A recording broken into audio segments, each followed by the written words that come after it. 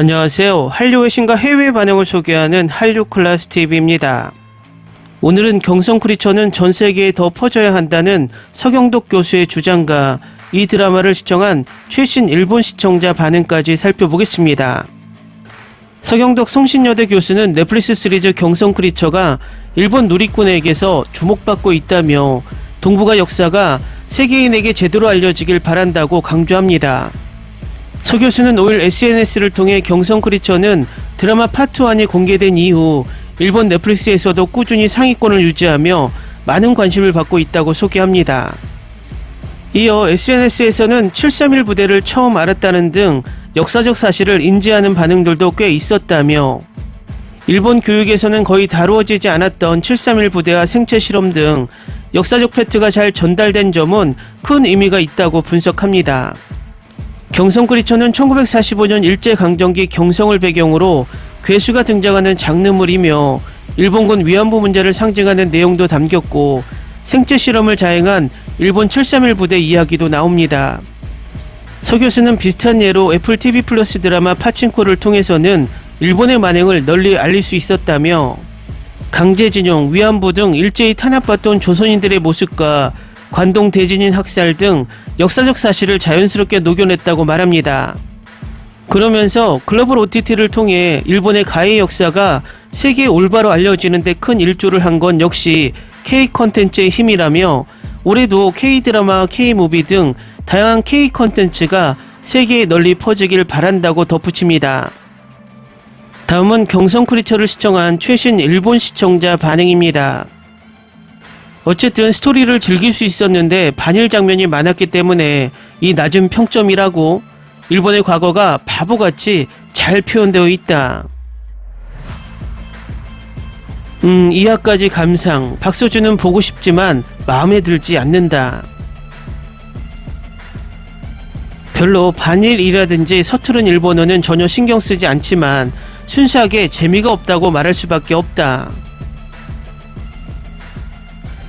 반일적으로 두드리는 것 같습니다만 그것을 빼고 보통으로 기대하면서 시청을 했습니다. 솔직한 감상으로서는 이야기의 진행이 느린 데다 분위기가 없고 드라마로서 그다지 재미있지 않습니다. 내용적으로 싫지는 않지만 엉터리 일본어를 견딜 수 없기 때문에 일단 이탈합니다. 다음 에피소드 나오고 인기가 있으면 다시 볼지도. 반일이라든지 여러가지 이슈화 되고 있습니다만 거기는 그렇게 신경이 쓰이지 않았습니다. 엔터테인먼트로서는 횟수가 적지만 스토리의 진행이 늦어서 이탈하는 사람도 많지 않을까 생각했다. 내용도 흥미진진한 느낌이었고 배우진의 호화람을 생각하면 아쉬움을 부정할 수 없습니다. 보기 전에는 평점이 낮은 것은 반일색이 강하기 때문이라고 생각했지만 의외로 타당한 평가일지도 모릅니다. 일본군의 731 부대를 바탕으로 스토리가 만들어져 있는 것 같고 그 이시 부대를 자세히 살펴보고 싶어졌다.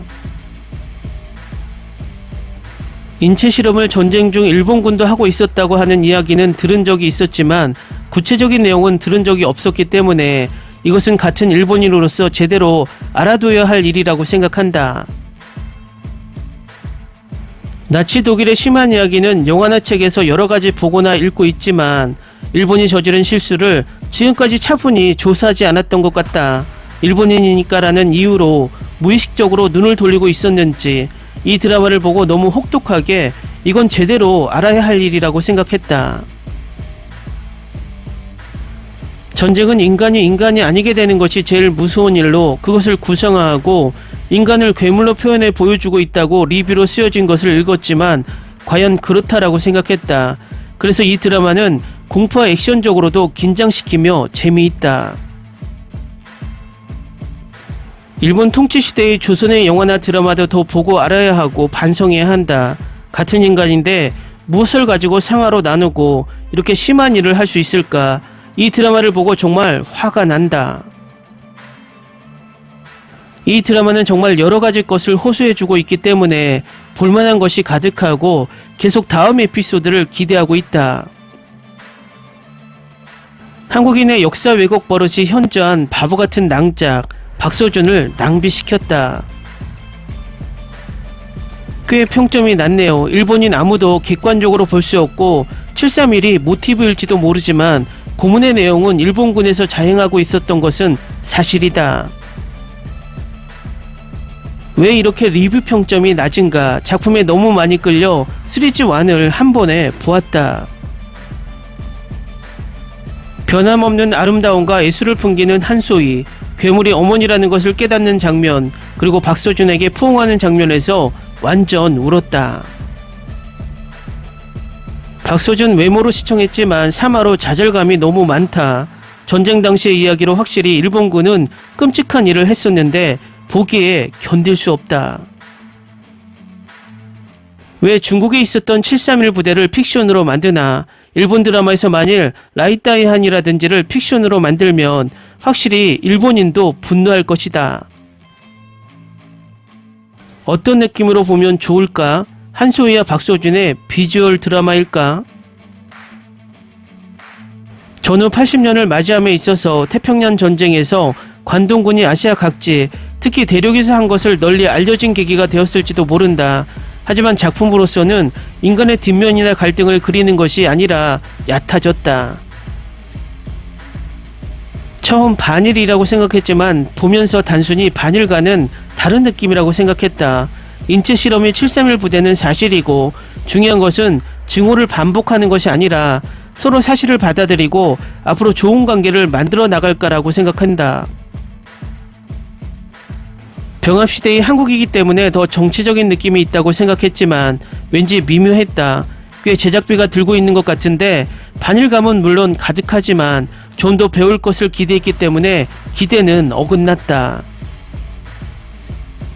평점이 낮은 것에 놀랐습니다. 731 부대를 이 드라마를 계기로 알고 일본인으로서 슬퍼졌습니다. 한국의 배우 여러분이 이렇게까지 일본어로 대사를 한다는 것은 굉장하다고 생각합니다.